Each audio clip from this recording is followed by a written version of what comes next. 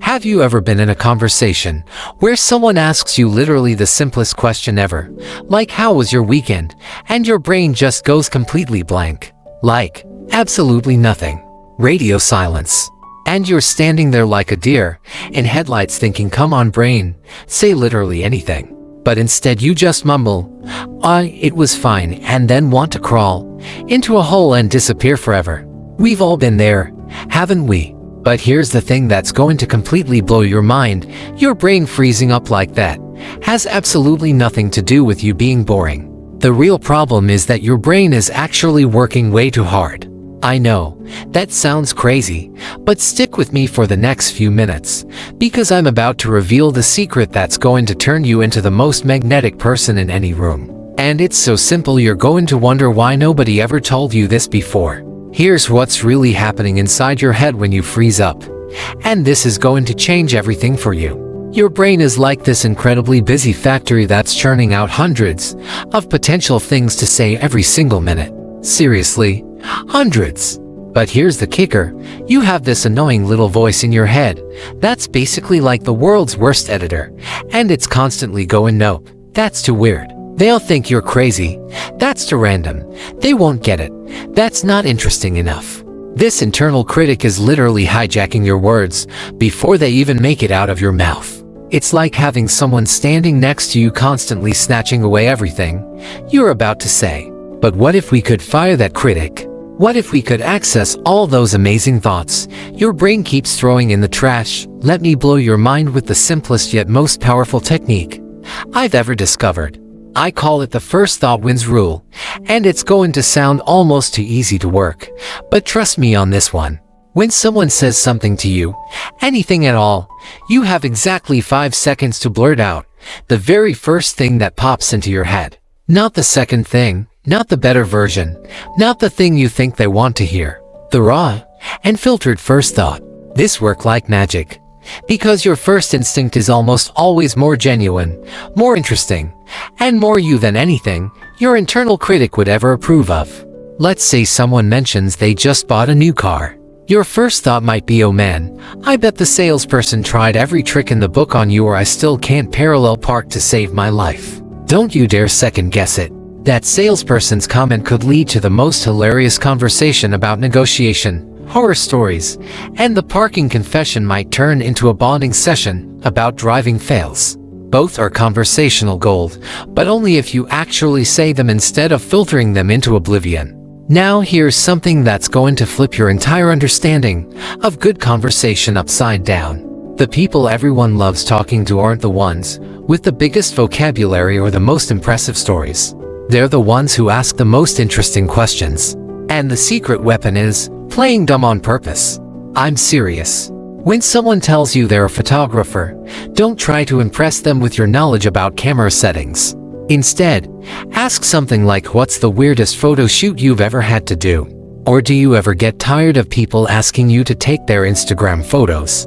This technique is pure magic, because it does two incredible things at once. It makes them feel like the expert, which everyone loves, and it gets you insider information you'd never learn otherwise. Think about the best talk show hosts you've ever watched. They're interviewing Nobel Prize winners, movie stars, and billionaires, but they ask questions like, wait, how does that even work? And has anything completely crazy ever happened? The secret isn't showing how smart you are, it's showing how curious you are. Every single story someone tells you is like a treasure chest packed with conversation gold, but most people only grab one piece and miss everything else. Let me show you what I mean. Someone says, I was supposed to meet my friend Lisa for coffee yesterday, but she bailed at the last minute because her cat got sick. So I ended up going to that new bookstore alone and spent 3 hours there. Most people would just say, oh no, is the cat okay? And completely miss the treasure trove they just walked past.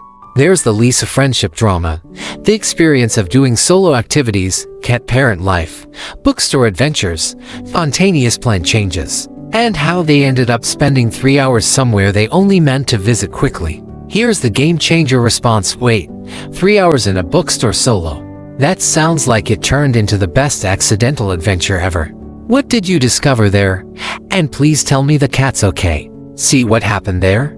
You acknowledged multiple parts of their story, showed you were actually listening, and gave them like 5 different directions to take the conversation. Even with all these techniques, your brain is still going to go blank sometimes. It happens to literally everyone, including professional comedians and TV hosts. The difference is having a mental emergency toolkit ready to deploy. Here are the 5 conversation lifesavers that work in any situation. First, the environment comment. This place has such good vibes. It feels like someone's living room. Second, the assumption technique. You strike me as someone who has very strong opinions about pineapple on pizza. Third, the hypothetical question. If you could redesign your job from scratch, what's the first thing you'd change? Fourth, the callback move. I keep thinking about what you said earlier about your sister's business. How did she even come up with that idea? And fifth, the genuine curiosity approach. You completely light up when you talk about cooking. What got you so passionate about it? Keep 2 of these locked and loaded at all times because they're not tricks. They're genuine ways to connect when your brain temporarily checks out. Here's the final piece of the puzzle that nobody talks about. How to end conversations without making it super awkward. Use my 3-step exit strategy: appreciation, reason, and future connection. This has been so much fun. I had no idea pottery was so therapeutic. I should probably head out before they close the parking garage, but I'd love to see some of your work sometime. Are you on Instagram? Perfect exit every time because you're validating the conversation, giving a real reason for leaving, and keeping the door open for future connection. Look, here's the bottom line that's going to change everything for you. Conversation isn't about being the most interesting person in the room. It's about being the most interested person in the room. It's about creating genuine human connections in a world where everyone's staring at their phones. Your brain is already amazing at this. You just need to get out of your own way and let it do what it does best. So here's your challenge. Try the first thought wins rule just once today and watch what happens.